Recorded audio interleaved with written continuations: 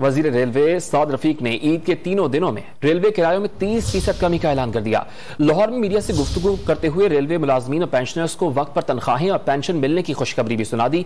दावा किया कि बहुत से मंसूबे जैसे छोड़कर गए थे वैसे ही पड़े हैं।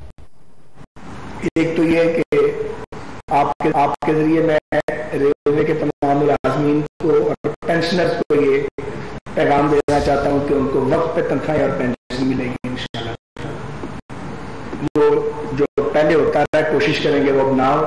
फंड्स का अरेंजमेंट हमने कर लिया है, टाइम पे अदायगियाँ होंगी तमाम मुलाजमीन को और पेंशनर्स को, क्योंकि ईद करीब आ गई। आपको पता है अकेला कोई फैसला नहीं करता जब तक मुतल्लका अदारे की जो हायरार्की है उसको ऑन बोर्ड ना करें। तो ईद, टरू और उससे अगले दिन जो 3 दिन है उस पर रेलवेज के किराए में 30% इंशाल्लाह कंसेशन होगा। मुझ पर पाकिस्तान रेलवेज की और सिविल एविएशन की जिम्मेदारी है।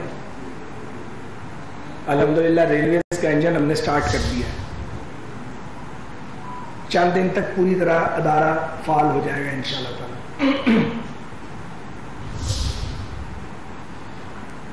जहां तक सिविल एविएशन का ताल्लुक है उसकी जानकारी मैं ले रहा हूँ इस मीडिया टॉक के बाद। तो बुनियादी तौर पर काम पे लगाने है जिसके लिए हमें यहाँ लोगों ने मुंतखब करके भेजा है। फिलहाल 2 बातें मैं आपको रेलवे के हवाले से गुजारिश कर देता हूँ। ताज़ा तरीन वीडियोस के लिए हमारा YouTube चैनल सब्सक्राइब करके बेल आइकन प्रेस कीजिए ताकि आपको मिले हर अपडेट सबसे पहले।